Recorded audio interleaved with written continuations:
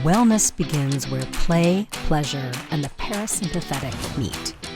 You were born to be you, and you were born to be well. Your body is always trying to find its way back to health. Now, here is the host of Your Healing Playground with Dr. Tina Coopersmith. Welcome, my friends, from wherever you are around the world. You are listening to Your Healing Playground. I am your host, Dr. Tina Coopersmith, your witchy doctor, your change advocate, and we are on the Inspired Choices Network, and we have a guest today. We are talking about from alienation and addiction to presence to community to a mission. She's really on a mission to heal the world. Please give a warm welcome to Sage Robinson. She is really here to eradicate the American epidemic of drug addiction. It starts way back in childhood. She is going to tell us a little bit about her story, her own bouncing back from losses, her own change. She is a change advocate. She changed herself, she changed her community, and now she is really ready to change the world. I want you all to realize that addiction to drugs is but one addiction of our modern age, but it might be the most deadly. It's killing so many young people before they're even ready to heal from the pain that started it in the first place. Young people, accidents are the number one killer in young adults, with suicide being number two. Drug overdose has skyrocketed since 2020.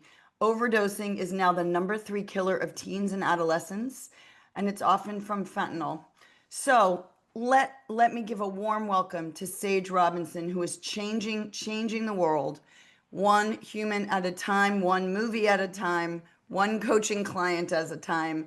But really, millions are going to be touched by the work she is doing in the world. So Sage, thank you for coming on this podcast today. Thank you, Dr. Tina. Thank you so much for the warm welcome, and I'm really excited to be here. So I know you, I know a bit of your story. I'm sure I don't know all of your story. Let's just start a little bit, if you want to summarize for our listeners, drug addiction. How has it touched your life and how have you healed? We are on this to talk about everybody has a unique journey. Healing comes in all different ways, and life is here to be pleasure and play, and that's really a great way to heal. So can you give our listeners a little bit of the mirror into your soul and your life? Yeah, sure. Well, I'd like to talk about even before the addiction started a little bit, because I think that's where that's where my attention is really going here, right? Yeah, How do go ahead. we Just how do we tell really break that cycle? So, for me, I was raised in a family where I had, a mother that was, suffering from the disease of addiction, and my father was, abusive, and I didn't have anywhere at home that felt safe, and I never really felt seen or heard, and I went a lot of the times and just into my room, into this fantasy land, and when I would go to school, I remember just really wanting this love and attention all the time because I just wasn't getting my needs met, and I got bullied at school as well. And the thing for me is that, nobody asked me how I was doing. I was acting out, and like any kid in that situation, it's like they start acting out. That's a normal yeah, response. positive or negative attention. Attention is attention. Yeah, and nobody asked me. It's even when CPS got involved, nobody asked me, how are you doing? Like, what's going on for you? Interesting. So Yeah. I really had, a mentor or anybody to guide me out of that. I didn't know what was going on. I didn't know how to deal with it, Right. and so I ended up getting kicked out of my house when I was 12 years old, and Wow. and Wow. I was on my own from that point on. And that's a really Oof. young. I look at these kids that are 12 years old now, and I go, oh my God, they're babies. They're babies. That was my reality, and it's like, Yeah. and I think about that, and I think about how the messaging that I was getting at that age, that I was a problem, that there was something wrong with me. There must be something wrong with me because nobody loves me, And Right. so, like, so that message, we become self-fulfilling prophecies, you know, Yeah. and that message, Thoughts are things. huh? Thoughts are things. Words are real. Yeah. Right, exactly. And so there must be something wrong with me. Everybody's making me the problem instead of asking what's going on, so there Mhm. must be something wrong with me, so that's what happened for me as I went down that trajectory of, there's something wrong with me and I'm the outcast and, all the things that you can imagine that went with that road, Right. I had to gravitate towards the street kids, and find a way to protect myself. And I developed a lot of really, at that time they were coping skills that worked because that was the environment that I was in, but they are very destructive and they lead you down a path. They led me down a path that, that was, uh, destructive. And so, Right. yeah, and so yes, I suffered with addiction. I had been sexually assaulted, more times than I can count from being on, in that. Where were you living as a teenager if you were kicked out? Yeah, well, at first, when I was 12, I did a lot of house hopping from Mhm. couch to couch to couch. With Right. women, it's not as easy. With girls, it's not as easy as it is with boys. What I noticed is like the boys always would rope in their friends and they would just, adopt another kid. With girls, for some reason at that age, for me is what it was. For me at that age, it just felt like there wasn't that strong, sisterhood or and I just house hopped for the first year. And then Mhm. after that, I ended up sleeping on rooftops. Wow. I slept, I would find bonfires. I was raised at the beach. So I was at the beach. So I would find bonfires that people would leave to try and stay warm. And I would sleep next to that. And then I gravitated towards the street Wow. kids, and I started, being able to make money to eat and by selling marijuana, and acid at that time, like that Mhm. LSD was a big deal. And I would do that so that I could eat. And there was a girl that took me in. I was 14, she was 17, and she had this little studio apartment, and she was another street kid like me, and so we kind of took care of each other, you know, Mm. and fed each other. And, it's like that became my family, Yeah. and it took me down, and it took me down that road. So, yeah. Were you going to school at all at that young age if you're living on I the was street? trying. I was really Mhm. trying. So I would go to school and again, it's like I'm acting out. I developed these skills from being bullied. I developed the skill of violence because I realized that, in order to not be bullied, I had to fight. And Yeah, if you're bullied, you gotta be strong so they don't. so Right. that set the stage for that coping skill. And so I got kicked out. I ended up getting kicked out of like every school that I ever went to. I went to continuation schools, and then I got Mhm. kicked out of the school district completely. And I ended up completing, in an adult school later, Mhm. later in life, Right. college, but at that time, there just wasn't, there, even though I wanted to, I just didn't Yeah, I have. just the way the system failed you, it just my heart is like, ah, it just shocks me that the system could be that bad. You So, know, can I talk about that a bit? Because I kind of yeah, want to share a little bit about that and where that. Do you want to know more about my story, or do you want to share more about that? Because I'd love to share about that a little bit, go about the ahead. system and what I'm Yeah. seeing. Okay. So today, so I have many years now, uh, with a different life, as and we've shifted that, and we could talk more about that later. But what is really showing up for me lately is what's going on with the kids in our school system. How do we actually make a difference and shift this trajectory, for the kids that were like me, Yep. and a friend of mine, she called me and she asked me, if I wanted to do this documentary. We were seeing this fentanyl overdose epidemic all over around us, and and we had it like once a week we had, you know, a death happening, and people were like, it seemed like people were actually getting numb to it. It was like, okay, another one, right? And it's devastating to see this, and the families and like their kids, and you know, the majority, 76% of overdoses from fentanyl and opioid related deaths are kids and young adults. Yeah. 76%. I was in a circle this week and it just went around the room of how many kids were either addicted or there are a few that died either by suicide or an overdose, you know? Yeah.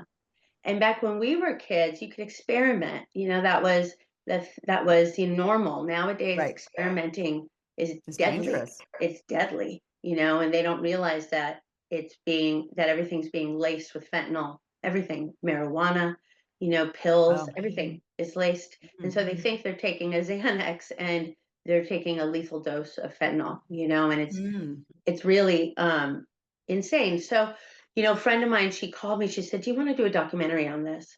We were seeing a disconnect. Like people were still thinking that fentanyl was the junkie, you know, not that there's any difference to me in that, you know, but it's not the junkie, you know, that's dying here. You know, it's everyone. It's your kids, it's your parents, it's your brothers, Yeah.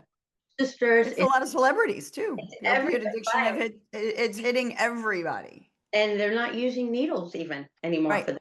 You know, this is a real deal. So we want to do a documentary. She wanted to do a documentary, and she said, "You want to be a part of this, and let's do this documentary, and let's get this message out, you know, and let's bring it into the schools." So immediately I felt this, yes, absolutely, let's do this, you know. And since then, it's kind of really grown to something different. So we did the documentary, and we went into the schools to see what the needs are, you know, and it's the same thing. It's even worse than when I was a kid.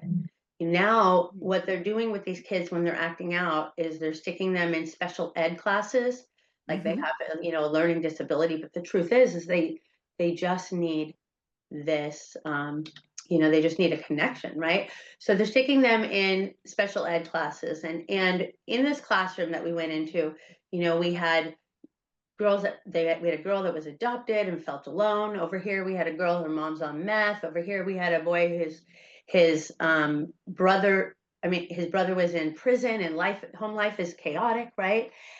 And when they want to talk about it, like, you know, when we open up this topic, they want to talk about it. These are Right. kids, right? Yeah. and and they don't even have a school counselor anymore. They have one. Well, in a lot of the times, right? In that particular situation, 1,200 kids for one school counselor. Whoa. I don't even know that they have a counselor, right? That's incredible. That's ridiculous. And it's not their fault. I'm not blaming the school systems. I know that the money is, you know, is tight, and we're doing what we can, I'm sure. However, you know, these are all of our kids. These are all of our kids. And so if the parents, you know, if the parents are unable because maybe there's mental health, maybe there is, you know, the disease of addiction in the family, maybe they're just, you know, working all the time and their kid is feeling, you know, disconnected from that. I don't know. Well, the But bottom line is this is hitting all sides of society, right? It's the parents who are hugely successful and are busy working all the time, and the kids feel alone, and the bottom rung, right? It's not, it definitely is increasing, or it's disproportionate to the people who don't have resources, right. without a doubt. But it is crossing all the lines of, because you're right, kids, you can't get out of childhood without those inner voices of, I'm not good enough. Like everybody has those voices. I don't belong. I'm not good enough. Why am I on this planet? We all have those voices. That's human. And if they're not addressed, you're going to experiment with different tools to get your needs met. And Yeah. at every age and at every socioeconomic level, this is part of childhood, is finding community and who am I and where do I belong? And I feel, you know, separation. The day we're born, we go from oneness to two-ness. And so it does, it's part of humaning to feel this. And the ancients, would have ritual to teach teenagers how to feel that connection and that belonging. And Yes. we are alienated, and there's no rituals and there's no community. There might be in your little family structures, but if you weren't gifted that, and so many people are going away from, the old fashioned communities, which it's not that religion is good or bad, but it gave some people community. And we need to develop communities. And the schools Yes. are not communities. And so the schools, they're free-for-alls, right? For these teenagers at Yeah. all levels of society. And ironically, the sad part, and then we'll take our first break, is this has been going on. You're a grown woman who had this problem, and your parents had this problem. This has been going on for decades. And until it hits more people of the moneyed elite, the problem doesn't get solved. Isn't that horrible? That if it's just the poor, nobody seems to do anything. And now that it's affecting celebrities, people with money, all of a sudden there's more talk about it. And that also is just wrong. Just freaking Well, wrong. stay tuned. Stay Yeah. tuned, because that's what we're here for. So Yeah, and I'll share simultaneously, the solution. as your movie gets into private schools as well as public schools, good neighborhoods, bad neighborhoods, the good thing is maybe it will change society for the better at all rungs of society. And so maybe, it has to hit everybody for change to happen. And it still says we're not civilized. So let's You're take our gonna first be- break. Okay, Because okay. it's time. Remember, folks, you are listening to Your Healing Playground. I am Dr. Tina Cooper-Smith, your host, your witchy doctor, your change advocate, and we are on the Inspired Choices Network. We have with us Sage Robinson. She is on a mission to heal the world. Her movie we will talk about when we come back, Nobody Plans on Dying, is the website, right? Nobody Plans on Dying, is that right? Nobodyplansondying.org. Yeah. Yeah, nobodyplansondying.org. Movie, website, mission, purpose. Let's go to our first break. Your Healing Playground is the space where science, spirit, and sensation dance together. Your host, Dr. Tina Cooper-Smith, physician, coach, healer, and play advocate, returns weekly to remind you that healing isn't just about pills and protocols. Western medicine is just one of many healing modalities. True wellness is about energy, emotion, pleasure, and play. On this show, Dr. Tina explores the playground of your body, mind, heart, and soul. From neuroscience to sensuality, from root chakra to real talk. She'll share tools, stories, and soulful strategies to shift you out of fear and back into joy. Because if you're alive and breathing, your story is still unwritten, and you deserve to write it with love. Together, you'll learn to breathe, feel, and play your way back to wellness, because you are your best healer.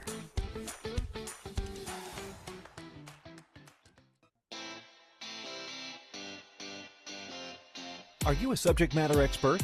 Are you here to share your expertise with an audience waiting to hear from you in only the way you can deliver? Are you ready to have your voice amplified across the airwaves? Inspired Choices Network has a global radio platform streaming to millions of people across the world. Professionally produced and supported by an accomplished team every step of the way, you can broadcast from anywhere in the world, knowing your voice matters, and we ensure it is delivered with ease and efficiency. Eager to hear your message, the world awaits. Contact us today to become an Inspired Choices Network radio host. Email becomeahost@inspiredchoicesnetwork.com. This is Your Healing Playground with Dr. Tina Cooper-Smith. To participate in the program, join the live studio audience in our chat room at inspiredchoicesnetwork.com. You can also send an email to info@womensreproduction.com. Now, back to our program. Welcome back, my friends. Remember, you are listening to Your Healing Playground. I am Dr. Tina Cooper-Smith, your host.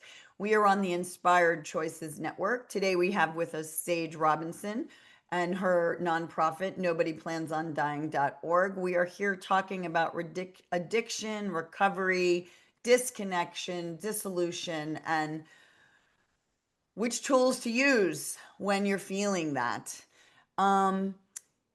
So I want to get back a little bit because we do talk about healing on this program, and your program, your nonprofit, your documentary are all, I imagine, full of not just the stories, and stories heal because people see themselves in others.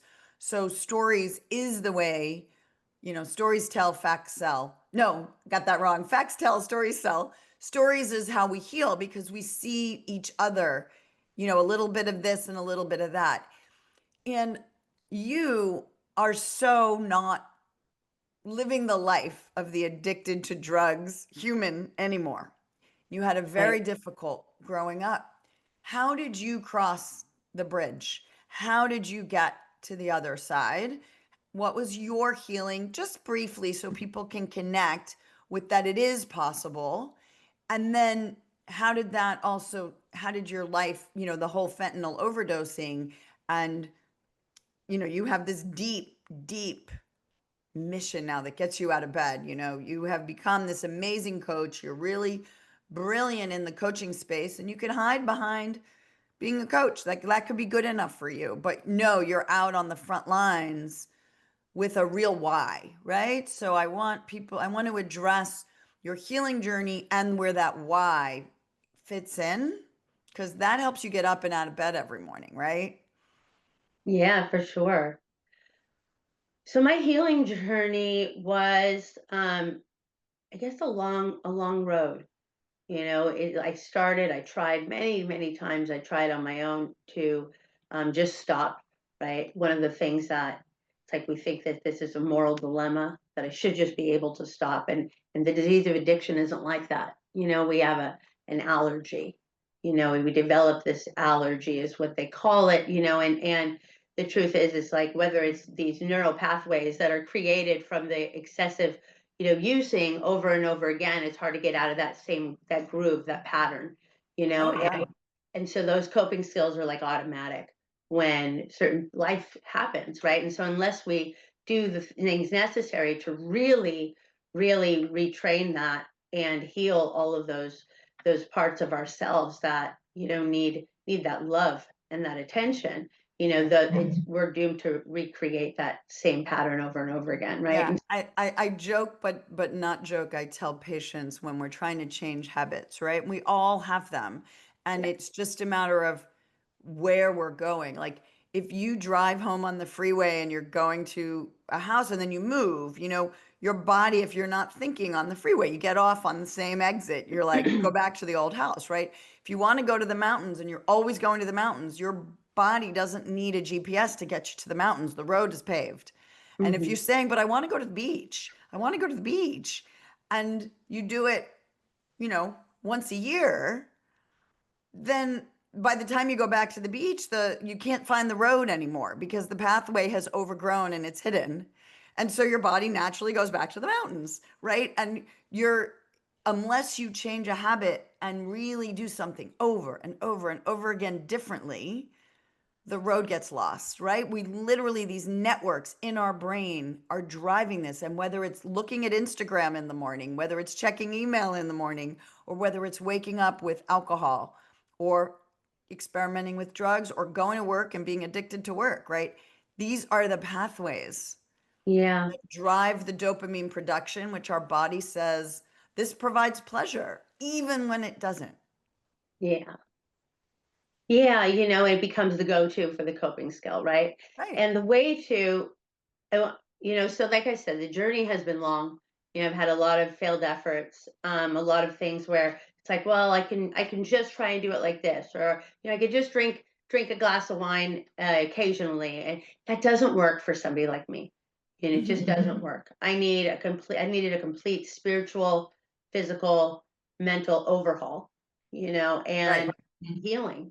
And so what that took for me was surrendering to a 12-step program, 100% into that. And, and also, other things like, I don't just do that.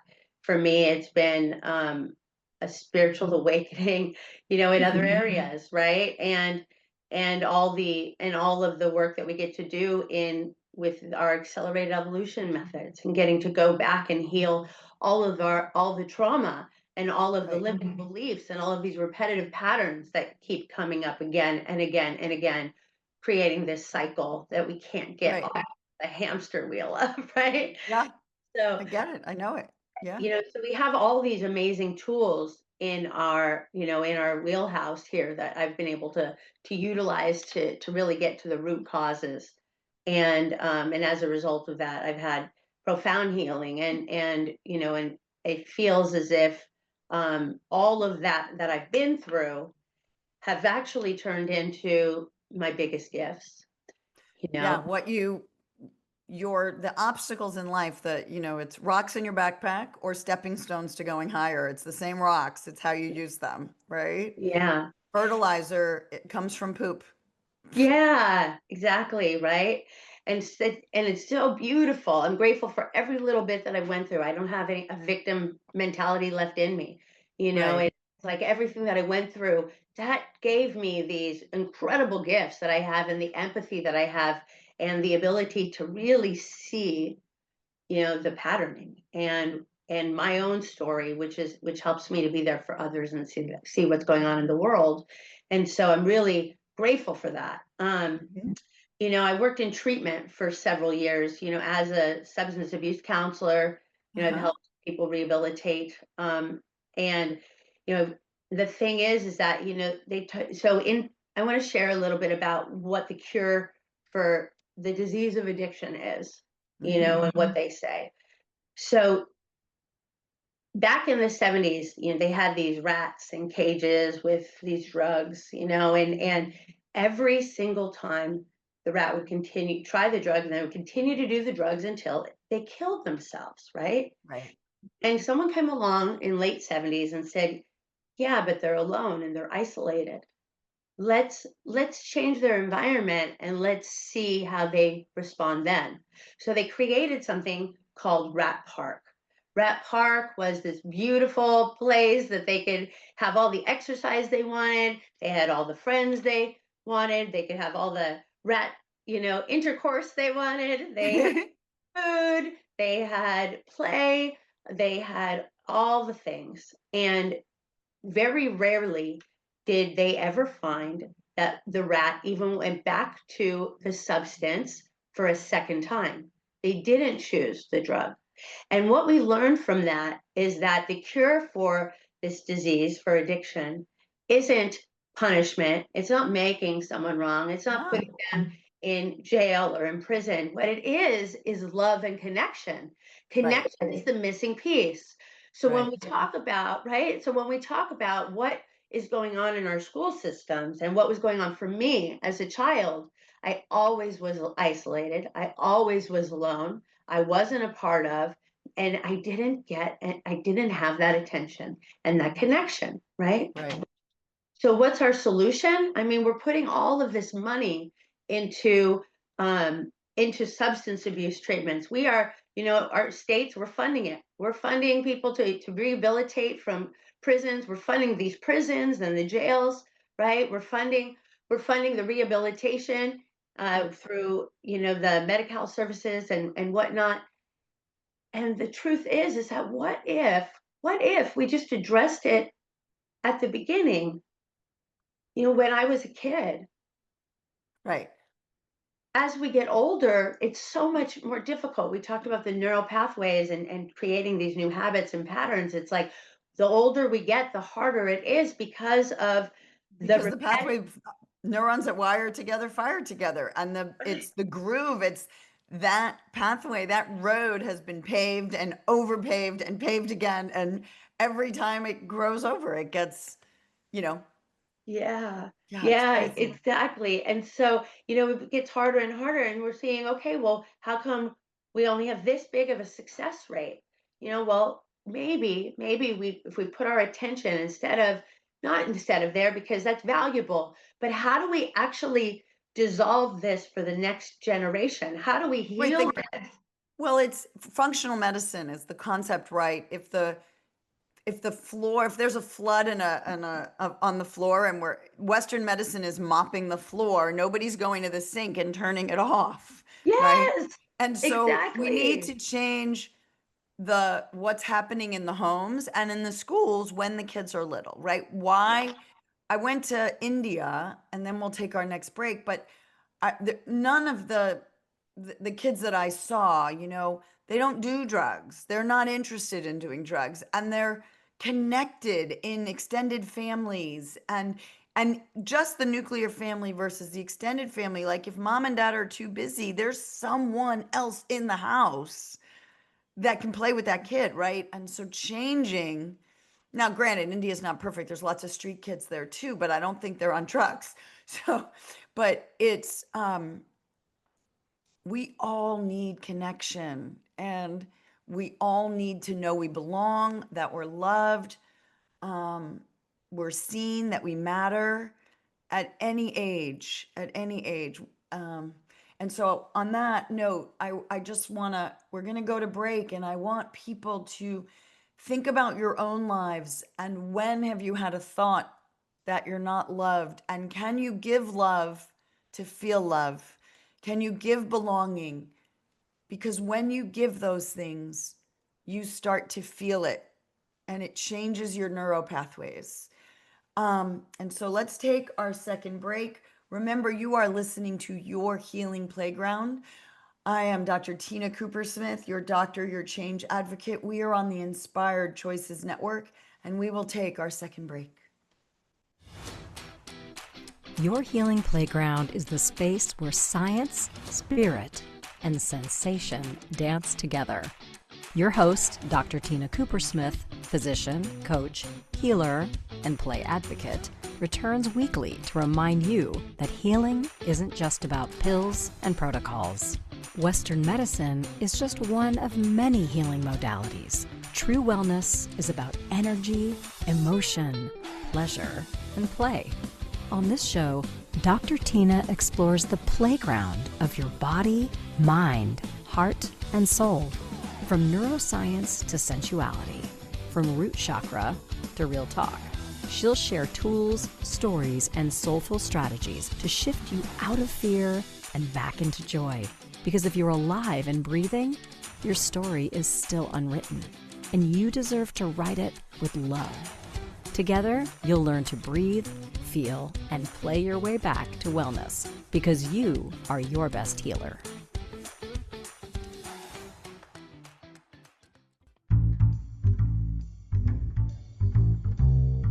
How wonderful would it be to carry your favorite Inspired Choices Network host with you throughout your day? Well, now you can.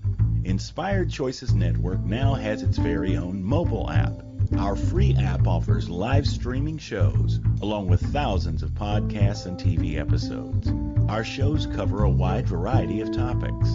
Whether you're waking up with us, carrying us through the day, and taking us to bed with you, we're always here for you to enjoy. We're easy to find. Just search for Inspired Choices Network in the Apple App Store or Google Play Store. This is Your Healing Playground with Dr. Tina Cooper Smith. To participate in the program, join the live studio audience in our chat room at inspiredchoicesnetwork.com. You can also send an email to info@womensreproduction.com. Now, back to our program. Welcome back. Welcome back to Your Healing Playground, the podcast where we talk about health. I am Dr. Tina Cooper Smith, your witchy doctor and change advocate. We are on the Inspired Choices Network. I'd like to invite all of you to a special day that I am going to celebrate September 8th. 8 means infinity. Infinity, feeling good. I'm having a dance party, a dance wave to celebrate my birthday on September 8th. It's going to be through Zoom from 5 in the morning Pacific time till the evening in waves. We're having one big wave. We're re-envisioning feeling good in our bodies all day long. And I'm here today with Sage Robinson, and she has a new nonprofit, Nobody Plans on Dying. We are going to change the world and stop drug addiction, stop premature deaths. She is on a mission, and when Sage has a mission, it gets done. So we're going to come back. We're going to go back and talk to Sage. Tell us more. I know it's more than a documentary. I know it's a movement, it's a change. And I know you, and that you will, if you change yourself, you can change the world, because your inner reality reflects your outer reality, right? So this is bigger than you, and you are bigger than you. And tell me how this documentary, this program, what is it? What are we going to do? Yeah. And tell my listeners too how they can get involved. Yeah, absolutely. So my own journey, I want to touch on that real quick. You talked about, how do we heal this? And we talked about Rat Park, and we talked about the cure for the disease of addiction is connection, right? And they teach us in 12-step program, right? They teach us to jump in, get in the middle of the herd, right? Build connection, create a support group. Like, these are things. And when we go to treatment, that's what we need. Right. And what are we missing? We're missing that connection. We're missing that love, and why are we disconnected? Which is why we talk about, okay, maybe it's mental health. Maybe it's, we're disconnected from our families, like these kids, right? Or maybe we're disconnected from, the world. Maybe it is that we just have a learning disability and we feel different. Whatever that is, it has to create this disconnection from self, from ourself, from the divine, right? From family. And so finding that solution is the most important thing, especially for our kids. So this documentary, it brings awareness. It's a series of documentaries. So it's not just one, and we're set to go mainstream nationwide. We did a premiere here on that. We got invited into the schools. We have curriculum that we're giving to the teachers to be able to do with the students for, 1 day or 3-day versions, to really open up the topic, find out what the pain points are, and find out how we can actually be of support, and and we can tailor individual programs for these kids. So our nonprofit is really the documentary is just our way in, and we want to be able to open up this conversation and find out how we could actually be a solution. So we're coming in with mentors, with counselors, with therapists that, youth therapists and family, if that's an option. We're providing things that will help with self-esteem and character building, like martial art programs, music programs, and then various educational opportunities depending on what they have an affinity for. And if they're part of our program, they're eligible for college scholarship. So one is to find out what it is that is causing that disconnect, and really be able to support them in fulfilling that need and that hole that's going on, and then guiding them, giving them a hand all the way through. And I feel like these are all of our kids, and if we're having this disconnect, this is all of our responsibility to do this. And it's our world, right? It's the future. Right. And it's planting a garden when you think about it. And you need, I just read this book about plants called The Light Eaters. And, but plants are constantly investigating their environment to figure out where to put down roots. And the roots have to come first, right? Okay. And the roots have to take hold, and you have to give the right soil. You need the water, you need the minerals, you need the connection. And they actually talk to each other and help their family. They're a little more competitive if the roots take different shape depending on how many plants are the same or different species. Because they spread out more wide if they're the same species, and they're less competitive.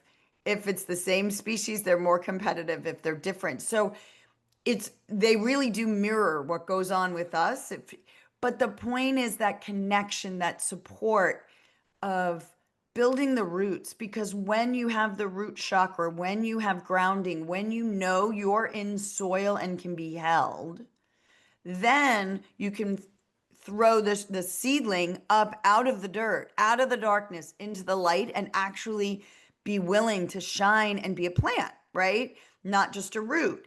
And when you think about children, children are here. They need their root. They need to know someone is there to hold them so that they can shine who they're supposed to be, right? And we're instead trying to make everybody the same. Yeah. And we're not the same. We're the same and different simultaneously. So what do you need to ground your root? And what's your magic superpower that you are going to share with the world? Exactly. What if we created a world by doing this? We create a world where we have these kids growing up living purpose-driven lives because they're being supported and connected to what they're passionate about. Right. What they have an affinity for, what excites them and brings them joy and self-esteem, instead of Right. telling them that they're not good enough. And I'm not saying that that's verbally happening. What I'm saying is, Well, they're when feeling we it. get connected, right? That's the feeling, right? That's the feeling that we're getting. It's the messaging that we get when we're young, when we're disconnected. It's something around that. I'm not good enough. The world isn't safe. All these things that this messaging is happening for these kids. It's like, what if we can shift that and not just shift that for them and have them, be able to feel connected and supported and loved, but also create a world where these kids are growing up living a purpose-driven life that is making an impact in our planet. Right. Well, what if we had a world, right, where everyone knew that no matter what, you were fed, you were clothed, and you were housed, and there was water? Like, Yeah. let's talk about a world where we truly know that if you change your job, you still have health insurance, right? If you decide you are overloaded or you don't like your job and you need to find a new career, that you will be safe in your body, in your house. There will be food, and the community will hold you until you get on your feet again, right? Mhm. Not this wobbly, the world, only if you have lots and lots and lots and lots of money are you safe, right? And are you safe on social media to put yourself out there in the clothes you're wearing and not be judged by it, right? Right? We always talk about, you go to a party and, oh, nice shirt, nice hairdo, nice this. Why are you wearing green shoes? And for 20 years, you will remember that you wore green shoes to that party because one person critiqued your green shoes. You will not remember the things you got right. You will not remember the compliments. You remember what went wrong. We are wired for survival, Yeah. wired Yeah. for the negative. And so we What? have to pull in the positive. We got to pull in the community. We got to pull in the love. We got to pull in the connection. 100%. And you're right. It's survival. And with that survival is like it's embedded in our DNA. Yeah. Back from the cavemen, right? It's like when you are alone, you're dying. Right. When you don't have tribe, you're dead. And so like that's what's happening, is like that's why we're seeing this epidemic of substance abuse. It's like it's a slow death, slow drip poison that we're taking because we're already dying, right? Right. It's like, so we need to fix that. And the cure for that is connection and love. It's not reprimanding. It's not telling them there's something wrong with them. It's finding out what's going on. It's finding out what's going on that you feel disconnected. How can I help? How can I support? How can I be there for you? And is it self-esteem? Is it mental health? It's like before we're 25 years old, our prefrontal cortex isn't even fully developed. So, being in fight or flight mode is completely normal for teens because they don't know how yet. They don't have a fully developed prefrontal cortex, so like we're making them wrong for acting out. We're making them wrong for being dramatic. It's like, okay, this is a normal teen thing, Well, right? we're also, they hear, so one of the things that I think is interesting is we're also taught that we're not whole because we need to find a partner. And Oh, if we're not partnered, we're not whole. That our job, and yes, our job is to reproduce, but how we reproduce, right? And we're taught to be that survival of the fittest is real, and chimpanzees are our closest relative, when in reality, the bonobos are actually genetically more related to us. And they solve problems not through fighting, but through touch, connection, and sexuality. It's a matriarchal society of monkeys that are apes. They're not really monkeys. They're bonobos, I think. Whatever. And connection, touch, right? Real energetic touching.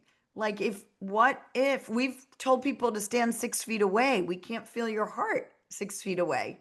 That's just the distance between your heart energy, between one heart and the next. mhm. So we've made it sort of unacceptable for teachers to hug their students because they're violating a boundary. Well, not if you ask consent. How about we talk about consent and we talk about touch and we talk about empathy? Yeah. So we have to take our next break. I'm so looking forward. I'm going to volunteer for your organization. I do. I think I need to go out and teach children how to connect with each other. It's so critical, right? It's critical to wellness. They say in the science, right? The monkeys if we talk about experiments, right? If there's a wire mommy monkey or a soft cushy monkey, and they will forgo food to get the soft fur and the hug. They would rather the hug than the food. Oh, I love that. Yeah. And we all do. You have to have a connection as a will to survive, hmm right? Yeah, and it's a cure for our planet, and Right. it's our cure for our kids. It's a cure for our planet. Let's talk about that. But yeah, yeah. It's so much bigger than one little box of kids doing drugs. So we're going to take our break. Remember, you are listening to Your Healing Playground with Dr. Tina Cooper-Smith. That's myself as your host. We are on the Inspired Choices Network, and we are going to take our last break. Your Healing Playground is the space where science, spirit, and sensation dance together. Your host, Dr. Tina Cooper-Smith, physician, coach, healer, and play advocate, returns weekly to remind you that healing isn't just about pills and protocols. Western medicine is just one of many healing modalities. True wellness is about energy, emotion, pleasure, and play. On this show, Dr. Tina explores the playground of your body, mind, heart, and soul. From neuroscience to sensuality, from root chakra to real talk. She'll share tools, stories, and soulful strategies to shift you out of fear and back into joy. Because if you're alive and breathing, your story is still unwritten, and you deserve to write it with love. Together, you'll learn to breathe, feel, and play your way back to wellness, because you are your best healer.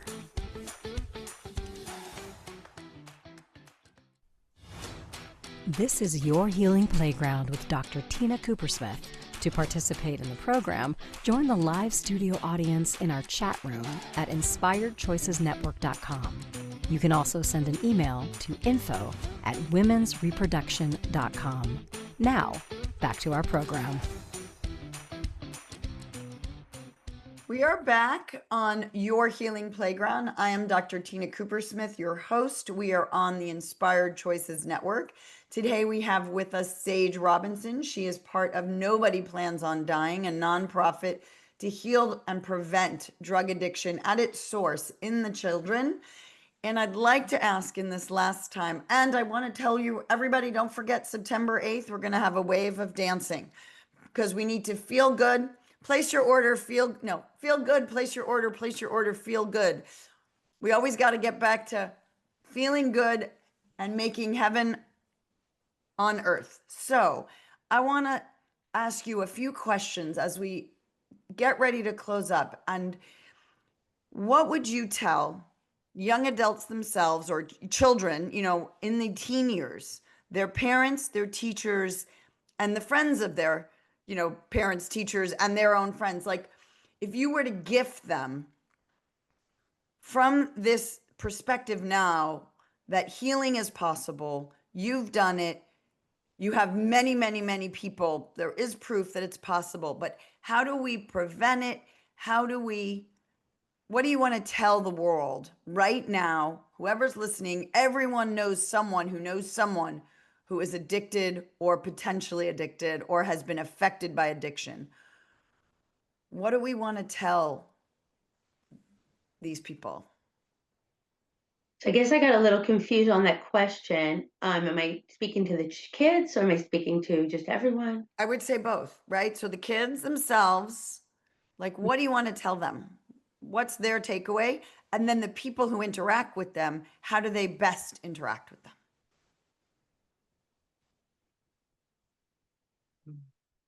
So for the kids, I would say that there's nothing wrong with you, that you are perfect and whole and complete just as you are, and if you're not feeling that way, there's support, and that there's people that care and that love you.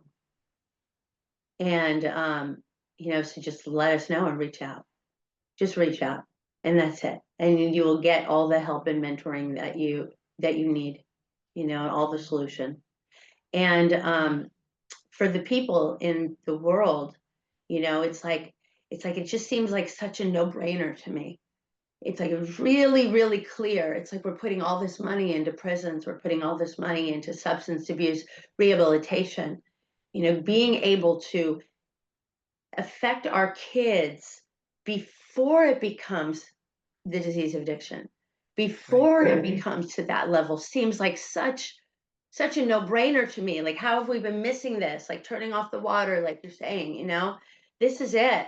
This could change our entire world for our next generation, and I really, this is all of our responsibility to do that and be there. And so our goal is to take this nationwide and to get into every school and to be able to be that beacon of hope and that connection for everybody that needs it. There's no blame here. I'm not putting any blame on parents. It's like, I get it. Whether you have to work all the time and you're a single mom or dad, I get it. Whether you just don't know how to, it takes a village here.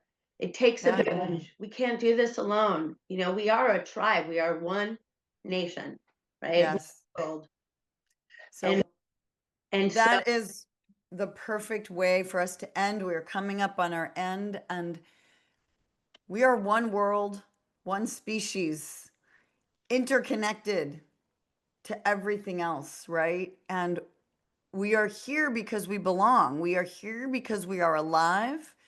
And if we're alive, it means we belong. And root cause medicine, root cause education, root cause is the way to go. We got to tend those roots, right? I'm even thinking about the word root cause medicine. Adverse childhood experiences predicts 1-to-1 your diseases as an adult. We got to go to the children.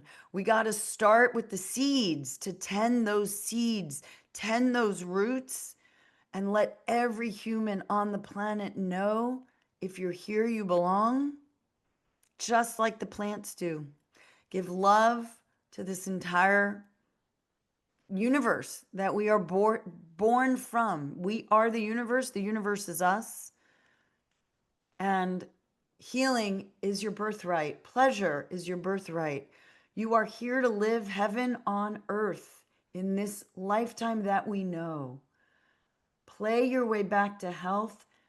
Reach out and touch someone and love If you someone. felt something Start move with today, yourself. a molecule, a mindset, or your mood, that's healing. Your body listens to your stories, your thoughts, your breath. So speak to yourself with kindness, play with curiosity, and let your nervous system know it's safe to rest. Dr. Tina returns Monday at 11 a.m. Eastern, 10 Central, 9 Mountain, 8 Pacific on InspiredChoicesNetwork.com. Remember, pleasure is a practice and play is your medicine.